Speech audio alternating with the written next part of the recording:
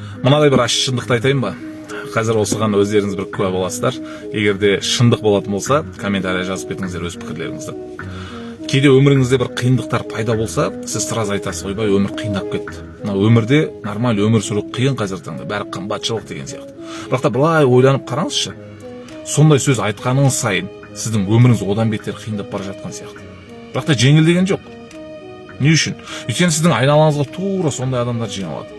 Тура сіз сияқты сөйлейтін адамдар жиналады. И өміріңіз екі есе қиындай береді. Алла Тағала айтады екен сонда. Саған осы өмір қиын ба?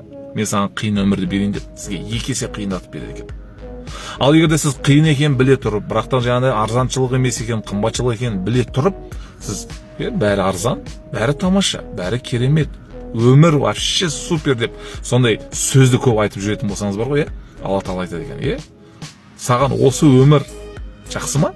Мен саған тағы да екі есе керемет өмір берейін деп, сізге өмірді жеңілдетіп береді екен. Ол қалай? Сізге табыс көзін артқызуға көмектесетін адамдар кездестіріп қояды екен. Айналаңызда тура сіз сияқты ойлайтын, сіз сияқты сөйлейтін адамдар пайда болады. Дәл осы нәрсеге егер сіз куә болған болсаңыз, сол нәрсе сіздің алдыңыздан шығып жатқан болса, комментария жазыңыз. Бұл ащы шындық. Бұл шындықты просто мойындай алуымыз керек. Қанша сіз өмірге жалғыз ете берген сайын, өмір соншама қиындай береді, ол проблема шешілмейді. Ал егер қаншама сіз өмірді жеңіл қабылдасаңыз, Алла Тағала сізге өмірді тағы да жеңілдетіп, тура сіз сияқты адамдар жоқтырып қояды.